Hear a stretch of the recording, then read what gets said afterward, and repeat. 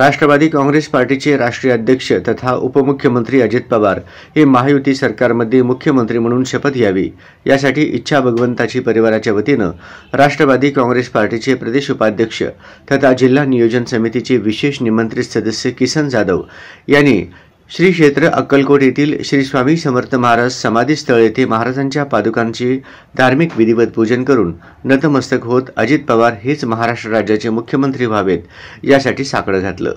त्याचप्रमाणे श्री वटवृक्ष स्वामी महाराज मंदिरात किसन जाधव यांनी महाआरती केले आणि अन्नछत्र येथे देखील भेट देऊन महाराजांकडे साकडे घातलं।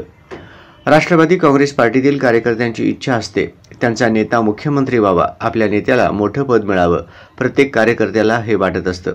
त्यात कार्यकर्त्यांचं अजित पवारांवर खूप प्रेम आहे। कार्यकर्त्यांच्या मनातील मुख्यमंत्रीपदाची इच्छा पूर्ण होवो असं साकडं श्री क्षेत्र अक्कलकोट येथील ब्रह्मांड नायक स्वामी समर्थांकडे साकडं घातलं असल्याचं यावेळी किसन जाधव म्हणाले। महायुती सरकारमध्ये उपमुख्यमंत्री म्हणून पदभार स्वीकारल्यानंतर अनेक धाडसी निर्णय, जनहिताच्या कल्याणासाठी अनेक योजना त्यांनी अंमलात आणली। अजित पवारांच्या नेतृत्वाखाली राष्ट्रवादी काँग्रेस पार्टीला घवघवीत यश मिळालं। त्यामुळेच आपला नेता मुख्यमंत्री व्हावा यासाठीच आज स्वामी समर्थांकडे साकडे घातलं। आम्हाला नक्की खात्री आहे अजित पवार हेच मुख्यमंत्री होतील अशी आशा देखील जाधव यांनी व्यक्त केली। या प्रसंगी संतोष पुटाणे जाधव, संतोष गायकवाड, हुलगप्पा शासम, पवन बेरे, महादेव राठोड यासह इच्छा भगवंताचे मित्र परिवाराचे सदस्य आदींची उपस्थिती होती।